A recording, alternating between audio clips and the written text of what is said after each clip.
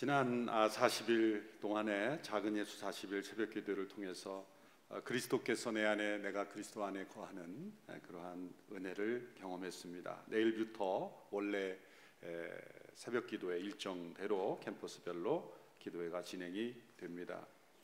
오늘 비전 헌금은 이주민, 다문화, 또 탈북민들, 또 우리 사회에 함께 하고 있는 여러 이주민들을 위해서 우리가 함께 헌신하는 그런 시간을 갖도록 하겠습니다.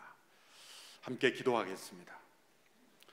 이 나라 민족을 위해서 합심하여 함께 기도할 때 이 나라 민족을 눈동자처럼 지켜 주시옵소서.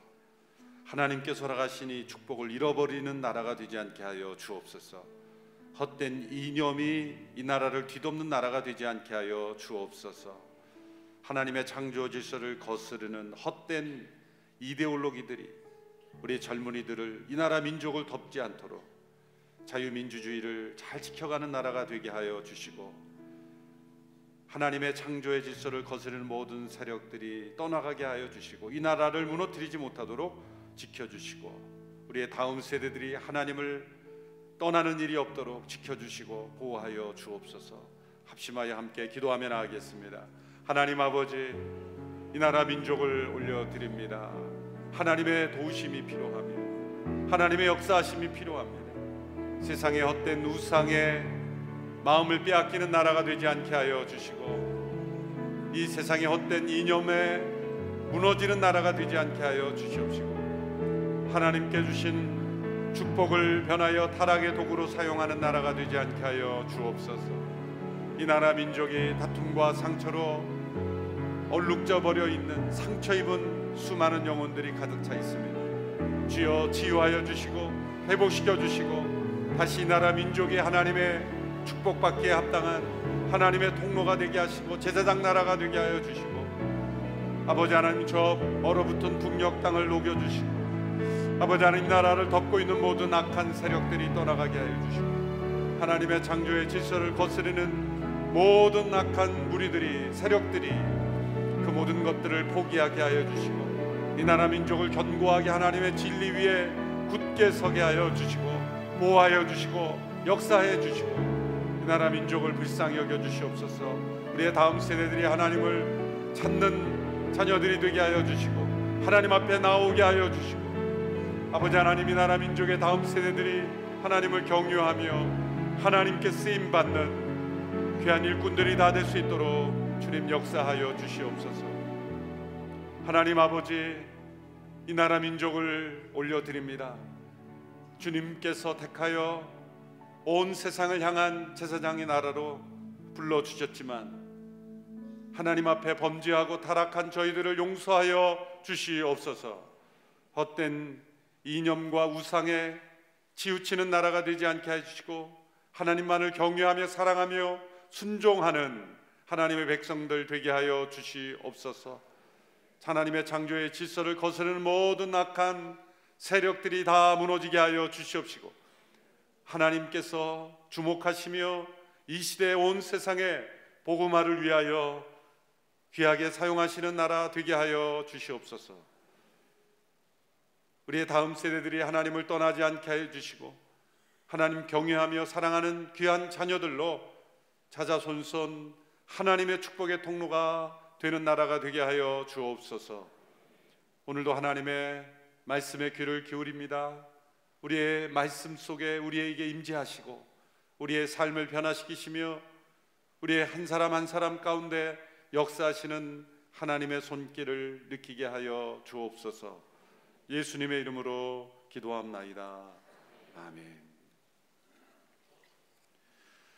예수님의 삶에는 방해처럼 보이는 돌발적인 상황이 종종 일어나곤 했습니다. 특별히 마가복음에 이러한 사실들이 잘 나타나도록 기록이 되어 있습니다. 한 사건이 진행이 되다가 다른 사건이 끼어드는 구조로 그 자체가 그러한 상황을 우리에게 느껴주게 하는 거 있습니다. 사람들이 볼 때는 방해처럼 여겨지는 사건이었지만, 예수님께서는 모든 것을 하나님의 섭리 가운데 허락하신 일로 받아들이고 예수님은 그 한 사람 한 사람과의 만남을 허락해 주셨습니다. 마가복음 1장에서는 회당에서 예수님께서 가르치던 중에 나병 환자가 나타나 그를 고쳐주셨습니다. 2장에서는 어느 집에서 가르치시던 중에 천정이 열리고 뚫리고 중풍병자가 친구들에 의해서 내리워지는 그런 사건도 나타납니다. 또 3장에서도 예수님께서 가르치던 중에 가족들이 찾아와서 또 다른 교훈을 주시는 일들이 일어납니다. 오늘 마가복음 5장에서는 회당장 야이로라고 하는 사람이 자신의 딸을 고쳐달라고 예수님께 간청함으로써 예수님께서 그 야이로의 집으로 가던 도중에 그 길에서 일어난 사건입니다. 한 여인이 예수님을 만나 고침을 받는 사건이죠. 회당장 야이로의 딸을 고쳐주시는 사건 이상이나 이 여인과의 만남이 중요하기 때문에 이 마가복음 5장에서는 이 사건을 자세하게 기록하고 있습니다. 이 여인의 정체를 설명하는 표현을 보면 이 여인은 12년 동안 혈루증을 앓고 있었습니다. 과학적 기술이 거의 없다시피 한 그 시대, 오늘 이 시대라면 쉽게 고쳐질 수 있는 질병임에도 불구하고 12년 동안 고칠 수 없는 상태가 지속이 된 것입니다. 이 병을 고치려고 모든 노력을 다 해보았지만 재산만 잃을 뿐 더 악화된 상황에 이르렀습니다. 26절에 보면 이 여인은 여러 의사들에게 치료를 받으며 고생도 많이 하고 재산도 다 잃었지만 병이 낫기는커녕 악화될 뿐이었습니다. 어울리지 않는 문장이죠. 의사들은 고통과 괴로움을 없애주는 분들 아닙니까? 사실 성경에 의사라고 번역이 되어 있지만 실상은 의사가 아니었습니다. 당시 의사라고 하는 사람들은 일종의 주술가들, 점성가들, 그러한 사람들이 대부분이었기 때문입니다. 플린이라고 하는 당시의 역사가의 기록을 보면 당시에 이 의사라고 일컫는 사람들이 내려주는 처방, 약들은 이런 것들이었다고 합니다. 여우의 두개골, 개구리 간, 쥐의 머리, 부엉이 뇌, 이런 것들이 약이 될 수 있겠습니까? 효과는 전혀 없으면서 주술적이고 전설적인 그러한 믿음으로 먹기만을 강요당한 이 여인, 효과도 전혀 없는 이상한 치료약들을 사 먹느라고 전 재산을 다 소비해 버렸던 것입니다. 그러나 이 여인의 진짜 문제는 12년 동안 병이 지속된 것만이 아닙니다. 또한 모든 재산을 다 잃어버린 것도 아닙니다. 이 여인이 갖고 있던 진짜 문제는 이 여인이 그 병으로 인해서 당시 사회로부터 완전히 소외되었다는 것에 있습니다. 레위기 율법에 의하면 이러한 병을 가지고 있는 여인들은 부정한 사람으로 규정되어서 사람들의 공동체에 함께할 수 없었고 심지어 가족으로부터도 버림받을 수밖에 없는 여인, 어느 누구도 접촉할 수 없는 여인이었다는 것입니다. 여인의 진짜 문제는 외로움, 고독이었습니다. 어느 누구와도 만날 수 없는 사회로부터 격리된 고독 그 자체였습니다. 이러한 여인이 군중들 틈에 끼어들어 예수님을 만나는 시도를 합니다. 그는 매우 위험한 모험이었습니다. 누구든지 여인의 정체를 알았더라면 무리들은 다 피하여 도망하였을 것이기 때문입니다. 이 여인이 이러한 위험한 일을 감행한 것은 예수님에 대한 소문을 들었기 때문입니다. 병을 고치는 신비한 능력이 있다는 나사렛 예수님에 대한 소문을 듣고 여인은 자신의 이 절망스러운 상황으로부터 벗어나려고 길을 찾아 나선 것입니다. 그때 수많은 사람들이 예수님의 가시는 길에 동행하고 있었습니다. 24절에 보면 많은 사람들이 따라가면서 예수를 둘러싸고 밀어댔습니다. 서로 밀고 밀칠 정도로 많은 군중들이 함께 따라가고 있었기에 그 누가 함께 따라가고 있는지 서로를 분간할 수 없을 정도였죠. 이 여인이 뒤에서 조금씩 사람들을 제치고 예수님 가까이 나아가고 있었습니다.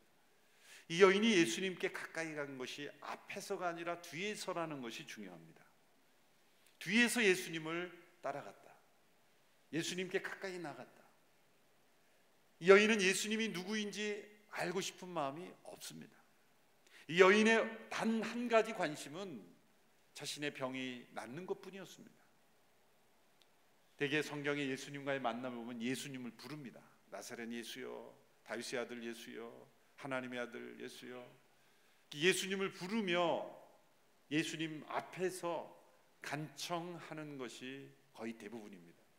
그러나 여인은 뒤에서 자신의 정체를 드러내지 않고 예수님께 고침을 받고자 하는 그러한 마음만 가지고 예수님과 어떤 인격적인 만남, 교제, 예수님이 어떤 분인지 관심이 없습니다. 심지어 예수님의 얼굴도 관심이 없습니다.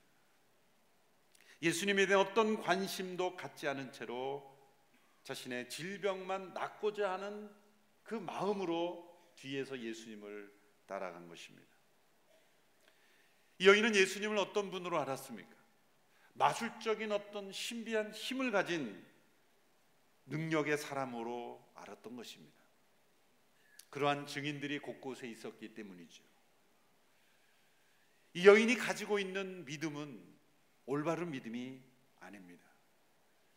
당시에 신비한 능력을 가진 사람의 옷에 자기 손을 대기만 해도, 한 번 손을 대기만 해도 신비한 힘으로 고침을 받는다는 그런 믿음, 그런 믿음을 가지고 예수님의 옷에 손을 대려고 가까이 나간 것이기 때문입니다. 27절, 28절의 말씀을 보시면, 그러던 중 예수의 소문을 듣고 뒤에서 무리들 틈에 끼어들어와서 예수의 옷자락에 손을 댔습니다. 예수의 옷자락만 닿아도 내 병이 나을 것이다 라고 생각한 것입니다. 여기서 주목할 것은 여인의 믿음이 자기가 만들어낸 사람들로부터 주입된 믿음이라는 거죠. 올바른 믿음이 아닙니다. 이 믿음은 분명히 예수님에 대한 올바른 지식에 근거한 믿음이 아닙니다. 미신적인 믿음이죠. 근데 문제는 여인의 믿음대로 병이 나았다는 거예요. 29절의 말씀을 보십시오. 그러자고 출혈의 근원이 나오면서 이 여인은 자신의 병이 나은 것을 몸으로 느낄 수 있었습니다. 이 여인이 가졌던 그 믿음대로 병이 나은 겁니다. 이것을 우리가 어떻게 해석할 수 있을까요? 우리는 이러한 믿음을 가진 사람을 만나면 그렇게 믿으시면 안 됩니다. 예수님 그렇게 믿는 게 아닙니다. 그건 잘못된 믿음입니다. 미신입니다. 올바른 믿음을 가져야 합니다 라고 말해주고 싶을 겁니다. 그러나 문제는 역사가 나타났다는 게 문제가 있어요. 이걸 어떻게 해석할 것인가? 이것은 예수님이 고쳐주신 게 아니라 귀신이 역사한 것인가? 이 여인의 치유를 어떻게 우리가 설명할 수 있을까라는 질문을 던져야 하는 것이죠. 우리는 여인의 이 믿음이 예수님의 옷자락만 닿아도 내 병이 나을 것이다 라는 자기가 만들어낸 믿음, 어쩌면 사람들에 의해서 형성된 믿음, 올바른 예수님과의 관계, 예수님이 누구이신지, 예수님이 어떤 일을 위해서 이 세상에 오셨는지, 예수님의 사역의 진정한 목적이 무엇인지를 전혀 알지 못하고 올바른 성경적인 믿음이 아닌 믿음으로 예수님께 나오는 그런 분들을 보면 그렇게 믿으면 안 됩니다 라고 말하고 싶지만, 사실 실상 우리 자신들을 보면은 우리 중 대부분은 잘못된 동기, 잘못된 믿음으로, 옳지 않은 믿음으로 예수님을 찾았고 그렇게 예수님을 만났다는 거죠.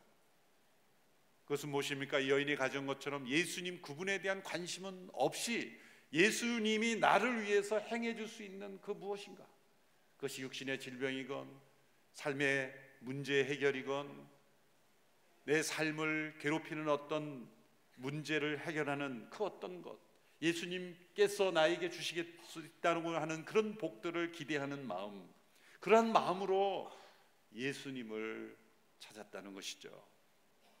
예수님을 처음 믿을 때 기독교의 모든 진리를 통달하고 믿으신 분 계십니까? 예수님 믿을 때 성경 완전히 마스터하고 믿으신 분 계십니까? 물론 어떤 완벽주의적인 분이 계시긴 하더라고요. 어떤 분이 저에게 인사를 했어요. 이제 저 새가족 등록 다 마쳤습니다. 축하드립니다. 이제 예배 드려도 되죠? 이분은 지금까지 예배도 안 드린 거예요. 스스로 생각하기를 예배에 참여하려면 새가족 등록을 다 마쳐야 예배 참석할 수 있다고 스스로 생각한 거예요. 그래서 등록 과정을 다 마쳐야만 내가 예배에 참여할 수 있다고 아무도 그렇게 말하지 않았는데 스스로 그렇게 생각한 거예요. 스스로 조건을 만들어서 그 조건에 합당해야만, 어쩌면 성경을 그래도 한 번 이상은 읽어야 예배 참석 자격이 주어지지 않을까, 그렇게 스스로 만들어낸 믿음의 울타리 속에서 나 같은 사람이 예배에 참여할 자격이 되느냐라고 그렇게 제안하는 사람도 있습니다. 정반대로 예수님에 관한 어떠한 올바른 관점, 예수님이 누구신가에 대한 관심이 없이 여인처럼 그저 내가 원하는 문제만 해결되면 좋겠다라는 마음으로 예수님을 뒤에서 만나려는 사람들도 있습니다. 그러나 중요한 것은 이 여인과 같은 사람들에게 예수님께서 너는 지금 나를 잘못된 태도와 동기로 만나려 하고 있다, 너를 만나지 않겠다 라고 제안하지 않으신다는 것이죠. 예수님께서 여인과 같은 사람에게 나를 올바로 만나는 법칙을 주시며 이걸 읽어보고 나를 찾아오라고 이야기하지 않으시고, 정반대로 이 여인과 같은 삶의 문제, 고통, 목마름, 갈망, 그러한 것들을 가지고 예수님을 뒤에서 만나려는 이 사람까지도 예수님은 만나시는 분이라는 것, 이것이 바로 진정한 예수님의 모습이라는 거죠. 예수님은 이 여인이 가지고 있던 그 온전하지 못한 믿음대로 역사하도록 자신의 능력을 내어주시고 능력이 역사되도록 허락해 주셨습니다.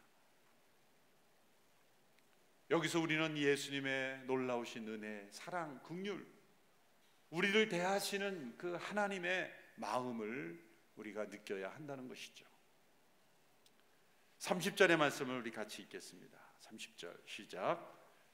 동시에 예수께서도 자신의 몸에서 능력이 나간 것을 알아차리셨습니다. 예수께서 사람들을 돌아보며 물으셨습니다. 누가 내 옷자락에 손을 대었느냐?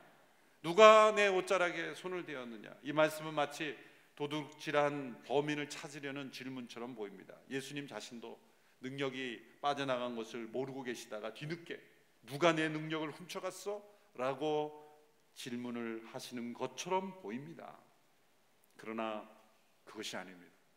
예수님은 이 여인이 뒤에서 따라오고 있을 때부터, 아니 집을 나설 때부터, 아니 예수님에 관한 소문을 들을 때부터, 아니 그 이전부터 이 여인의 삶의 고통 속에 있을 때부터 이 여인을 아셨고, 이 여인이 소문을 듣고 예수님을 찾아 나서고 뒤에서부터 이 예수님을 옷자락을 손을 대어 고침받고자 하는 마음으로 예수님을 따라온 것을 알고 계신, 온 땅을 두루 감찰하신 능력을 가신 하나님께서 이 여인의 발걸음을 이미 아셨고, 예수님의 옷자락에 손을 대는 그 순간을 아셨고, 그녀의 병이 고쳐지도록 능력을 역사해 주신 것이죠. 그런데 예수님은 거기서 머무르지 않으셨다는 거예요. 이 여인은 단지 자신의 병만 고침받는 것이 목적이었지만 예수님은 병만 고쳐주는 것이 전부가 아니었다는 것입니다. 예수님은 이 여인의 병이 고침받도록 능력을 베풀어 주셨지만 거기서 그치지 않고 누가 내 옷에 손을 대었느냐라고 질문하시며 이 여인을 찾고 계신다는 겁니다. 만일 이 여인이 이러한 온전하지 못한 믿음으로 고침만 받고 조용히 뒤에서 와서 고침받고 조용히 뒤로 자신의 의도와 목적대로 사라졌다고 한다면 이 여인은 온전한 믿음에 이르지 못하고 예수님이 누구인지를 깨닫지 못하고 평생 미신적 믿음에 사로잡혀 살아갔을 것입니다. 그러나 예수님은 그렇게 그 여인을 내버려 두지 않으신다는 겁니다. 그래서 질문하시는 겁니다. 누가 내 옷에 손을 대었느냐? 몰라서 찾으시는 것이 아닙니다. 이 질문을 통해 예수님이 얼마나 인격적인 분이신지를 우리는 볼 수 있습니다. 따라오는 많은 사람들을 향하여 누가 내 옷에 손을 대었느냐? 참 예수님이 인자하시죠. 뒤따라가는 사람들을 향해 너지? 너야? 그렇게 손가락질하며 그 여인을 찝어내실 수도 있었어요. 너가 내 옷에 손을 대었지라고 찝어내실 수 있는 예수님께서 찝어내지 않으시고 누가 내 옷에 손을 대었느냐? 수많은 사람들이 지금 제자들이 예수님께 좀 예수님이 엉뚱하시다라고 표현하는 말씀들이 나오잖아요. 아니 예수님 지금 수많은 사람들이 서로 밀치듯이 그렇게 예수님 보기를 원하고 예수님과 가까이 동행하기 원해서 지금 수많은 사람들이 밀치고 있는 상황에서 누가 옷을 손에 대었냐고 이렇게 예수님의 말씀이 좀 엉뚱한 말씀처럼 보이는 거예요. 제자들이 아니 지금 예수님 지금 많은 사람 저도 됐고 이 친구도 됐고 다 지금 어떤 사람은 예수님 가까이 막 팔짱 끼려고 막 이런 사람도 있었겠고요. 아니 그 수많은 사람들이 지금 같이 가는데 예수님의 옷을 스친 사람이 한둘이 아닐 텐데 지금 뭘 그런 말씀을 하십니까? 라는 제자가 나올 정도였죠. 예수님은 그것을 말씀하신 게 아니죠. 예수님은 이 여인을 표적으로 삼고 질문하신 거예요. 누가 내 옷에 손을 대었느냐? 스스로 밝히라는 겁니다. 스스로 내가 예수님의 옷에 손을 댐으로 고침받았다는 것을 밝히라는 겁니다. 이것은 예수님이 여인과 인격적인 관계를 맺기를 원하셨다는 거죠. 예수님은 여인의 몸만 고쳐주시는 것이 아니라 영혼도 구원하기를 원하셨다는 것입니다. 이 기적을 통해 병만 고침받고 아무도 모르게 빠져나가 예수님이 누구이신지를 모르고 평생 미신적인 믿음에 사로잡혀 사는 인생으로 살기를 원치 않으셨다는 겁니다. 여인의 질병이 나았다는 것 자체가 구원은 아니기 때문입니다. 우리의 문제가 해결됐다는 것 자체가 구원받은 것이 아니기 때문입니다. 예수를 믿을 때 병이 나을 수도 있고 병이 안 나을 수도 있습니다. 문제가 해결될 수도 있고 해결 안 될 수도 있습니다. 예수님을 믿는 것은 우리의 문제보다 더 크신 살아계신 하나님을 만나는 것이기 때문에 그리스도의 구원은 우리의 문제 해결 여부와 때로는 상관없을 수 있어요. 때로는 문제와 함께 우리는 온전한 구원에 이를 수도 있는 겁니다. 때로는 질병과 더불어 살며 그리스도의 온전한 임재를 체험할 수가 있는 겁니다. 병이 낫지 않고 문제가 해결되고 해결되지 않는 것은 2차적 문제예요. 그것은 접촉점일 뿐이에요. 계기일 뿐이요 통로일 뿐입니다. 중요한 것은 병이 낫냐 낫지 않느냐 해결이 됐느냐 안 됐느냐보다 더 중요한 것은 그 계기를 통해서 살아계신 그리스도를 만났느냐. 병이 나았다면 그 병이 낫게 된 과정을 통해 그리스도를 만나는 것이 중요하고 병이 낫지 않았다면 낫지 않은 것을 통해서 그리스도를 만나는 것이 더 중요하기 때문입니다. 이 여인의 삶에서 구원의 역사는 남몰래 혼자 예수님의 옷자락에 손을 대므로 병을 고침받은 데서 일어난 것이 아니라 누가 내 옷자락에 손을 대었느냐라고 질문하시는 그 예수님의 음성이 들려올 때 이 여인의 삶의 구원의 역사가 시작이 된 거예요. 한 번 살다 죽는 우리의 몸이 온전해지는 것이 중요합니까? 아니면 영원히 사는 생명을 얻는 것이 더 중요합니까? 제자들은 예수님 말씀을 이해하지 못했지만 그 음성이 들려올 때 어쩌면 예수님과 그다지 먼 거리에 아직 완전히 혼자 도망가지 못한 그 예수님 바로 뒤 어딘가에 있었던 이 여인이 누가 내 옷에 손을 대었느냐라는 이 질문에 얼마나 놀랐겠습니까? 어쩌면 예수님께서 이렇게 훑어보시면서 누가 내 옷에 손을 대느냐고 눈을 머무르셨을 거예요. 손가락질하며 너지라고 끄집어내지 않았지만 눈이 마주쳤을 때 이 여인의 그 마음이 얼마나 떨렸겠습니까?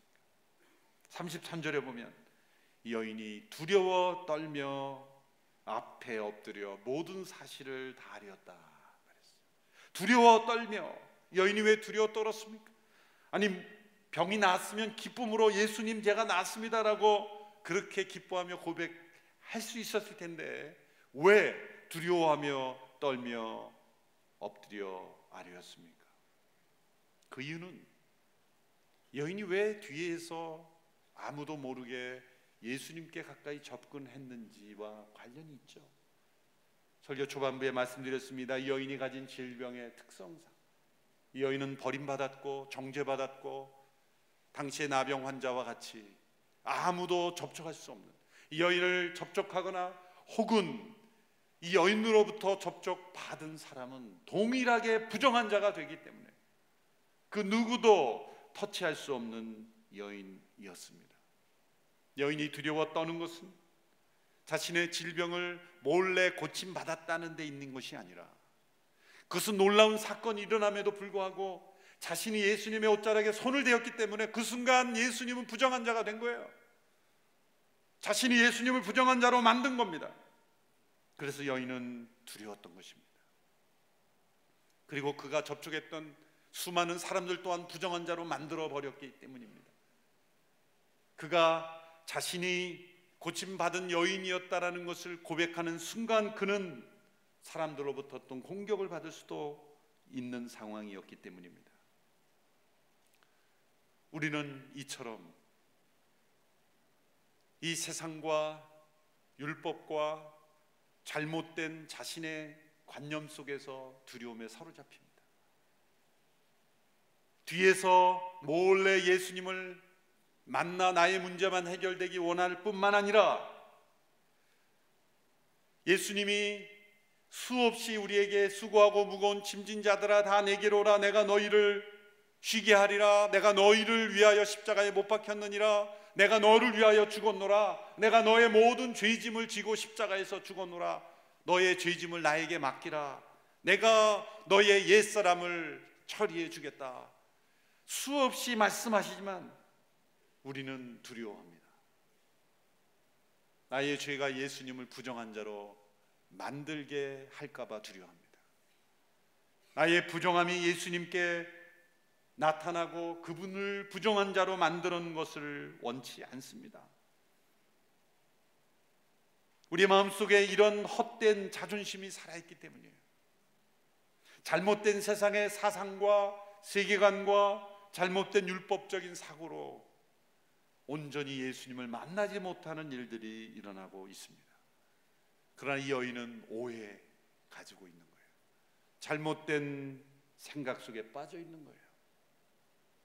이 예수님께서 누가 내 옷에 손을 대었는가라는 것은 누가 나를 이용했느냐 야단치시는 게 아니죠. 누가 나를 부정한 자로 만들었는가라고 추궁하시기 위해서가 아닙니다. 이 여인의 그 예수님께 나오는 그 마음을 받아주시고 이해하시고 그녀의 문제만 해결해 주시는 것이 아니라 예수님이 진정 누구이신지를 그 여인이 알기를 원했기 때문입니다. 우리가 짐을 드리기 전에 주님은 먼저 그 짐을 받으려고 손을 벌리고 계신 분이에요. 수고하고 무거운 짐진 자들아 다 내게로 오라 내가 너희를 쉬게 하리라. 예수님은 우리의 모든 문제를 이미 알고 계시며 우리가 말하지 않아도 고백하지 않아도 드러내지 않아도 이미 다 알고 계시고 이해하고 계시고 우리가 어떤 민족, 어떤 세상, 어떤 나라, 어떤 가정 속에 잘못된 세계관, 잘못된 편견, 잘못된 믿음, 잘못된 그러한 생각 속에 파묻혀 있는지도 다 아시는 예수님께서 우리의 온전하지 못한 믿음일지라도 때로 세상의 잘못된 사상과 왜곡된 세계관 속에 파묻혀 있는 그 믿음일지라도 주님 앞에 나오는 그 마음을 받으시고 우리의 문제를 때로 해결하시고 우리로 하여금 예수님을 바로 알게 하시는 예수님이시라는 거예요. 예수님은 여인에게 이렇게 말씀하셨죠. 두려워 떨며 예수님 앞에 고백하는 여인에게, 따라 내 믿음이 너를 구원하였으니 평안히 가라. 내 병에서 해방돼 건강하여라. 내 믿음이 너를 구원하였다. 진정한 구원의 선포가 일어나는 거예요. 병을 고침받는 구원만이 아니라 자신을 예수님 앞에 드러냄으로 이제 세상의 모든 헛된 두려움으로부터 해방되고 그의 모든 죄짐을 짊어지시고 구원하시는 예수님을 만나는 온전한 삶의 시작이 된 것입니다. 이 사건을 통해 우리에게 가르쳐 주시는 것은 무엇입니까? 우리가 예수님을 만나기 위해서 현재의 나의 모습과 다른 모습이 될 필요가 없다는 거예요. 내가 모르는 것을 아는 척하며 예수님을 만날 필요가 없다는 것입니다. 사실 우리의 믿음은 다 온전하지 못한 믿음입니다. 때로는 나의 문제 해결을 위한 믿음에 머무를 때도 있습니다. 진짜 예수님이 어떤 분인지에 대한 관심이 없는, 때로 이기적이고 기복적이고 때로 나만을 위한 믿음일 수도 있습니다. 그러나 예수님은 우리의 모든 잘못된 태도까지 다 거절하시면서 너는 이런 태도기 때문에 난 못 받겠어. 너는 이런 태도기 때문에 넌 못 받아. 너는 그런 태도야? 너 오지 마. 그렇게 거절하시는 예수님이야. 여인처럼 뒤에서 예수님에 관한 관심 없이 그저 자신의 문제만 해결되기 원하지만 어쨌든 중요한 것은 예수님께로 나왔다는 거예요. 예수님은 예수님을 부정한 자로 만들었다는 두려움에 사로잡힌 여인을 향하여 그 여인을 받아주실 뿐만 아니라 그 여인을 고쳐주실 뿐만 아니라 그 여인을 온전한 구원에 이르도록 인도해 주고 계십니다. 예수님은 우리의 생각을 먼저 바꾸라고 요구하시기 전에 우리가 당하고 있는 문제와 고통 속에 먼저 찾아오셔서 임재하여 주시고 그리고 우리를 온전한 믿음으로 점차 인도해 주시는, 그래서 질문하시는 거예요. 누가 내 옷자락에 손을 대었느냐. 스스로 고백하고 스스로 확증함으로써 진정한 예수님이 누구인지를 깨달으라고 도전하고 계시는 거예요. 여러분, 여인이 두렵고 떨림으로 예수님 앞에 모든 사실을 털어놓았던 것처럼 우리 예수님 앞에 모든 사실을 다 털어놓으십시오. 우리 예수님은 우리를 정죄하지 아니하시고 우리의 모든 삶의 문제를 이해하고 계시고 이미 그 짐을 지러 세상에 오셨기에 우리가 드리는 어떠한 짐과 죄와 허물도 내가 감당하기 너무 힘들다라고 말씀하지 않으십니다. 때로는 가족도 감당하기 힘든 나의 죄짐이, 그러나 예수님은 너의 모든 죄짐을 다 나에게 맡기라. 나를 부정한 자로 만들라. 나의 옷자락에 손을 대어라. 나를 찾는 그 마음 하나로 족하다.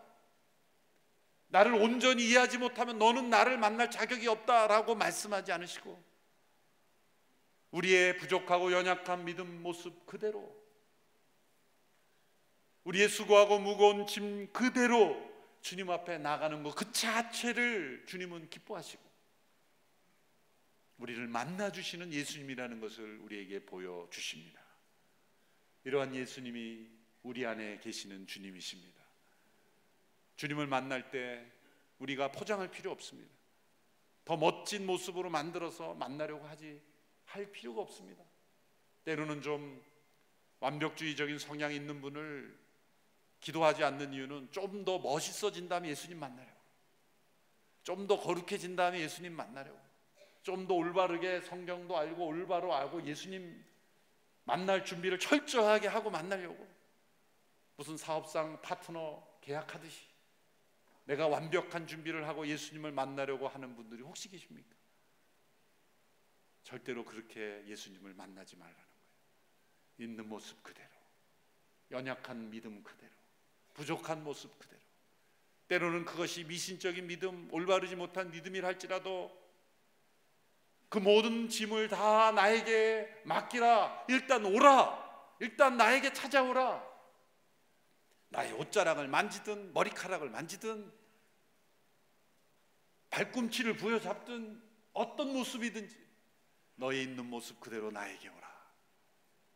내가 너를 만나주리라 라고 초청하시는 예수님의 초청을 우리가 들을 수 있게 되기를 축원합니다. 기도하겠습니다.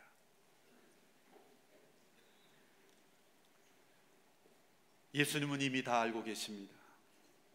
누구에게도 말하지 않았던 나의 허물과 죄와 아픔을 말하지 않아도 예수님이라고 부르기만 해도 예수님은 이렇게 말씀하십니다. 내가 다 안다. 내 딸아, 내 아들아, 내가 다 안다. 너의 눈물을 안다. 너의 외로움을 안다. 너의 말 못할 모든 아픔을 안다. 12년 동안 내가 겪어왔던 뼈아픈 세월의 의미를 내가 안다. 나를 만지라. 나를 만져 나를 부정한 자로 만들어라. 내가 이를 위하여 왔노라. 내가 너의 무거운 짐을 대신 지려고 세상에 와 십자가에 못 박혔노라. 나에게 맡기라. 두려워 말라. 그리고 나를 만났다고 세상에 밝히라. 내가 너를 정죄하지 아니하고 내가 너를 구원하노라. 말씀하시며 이 여인을 만나신 것처럼 저와 여러분을 만나기를 원하십니다. 그 예수님이 나의 주님이십니다. 나의 문제만 해결하시는 분이 아니라 나의 영혼을 온전히 구원하시는 주님인 줄로 믿습니다. 이 주님 앞에 나아갑니다. 살아계신 주님 앞에 나아갑니다. 뒤에서 예수님을 몰래 옷자락만 다음으로 고침만 받기를 원했던 나의 믿음이 예수님 앞에 엎드려 예수님께 나의 모든 무거운 짐을 내어드린 자로 나가기를 원합니다. 살아계신 예수님과 사귐을 갖는 동행하는 사람이 되기를 원합니다. 우리의 믿음을 붙잡아 주시고 우리를 버리지 아니하시며 우리를 받아주시는 주님 앞에 나아가는 이 아침이 되기를 원합니다. 주님, 수고하고 무거운 짐진 자들아 다 내게로 오라 초청하시며 우리에게 참된 구원과 쉼을 허락하시는 주님, 귀한 여인을 고쳐주시며 회복시킨 것처럼 우리 모두를 만나주시고 우리 모두를 회복시켜 주시옵소서. 예수님의 이름으로 기도합나이다. 아멘. 영상을 함께 보신 이후에 비전 헌금에 참여하겠습니다.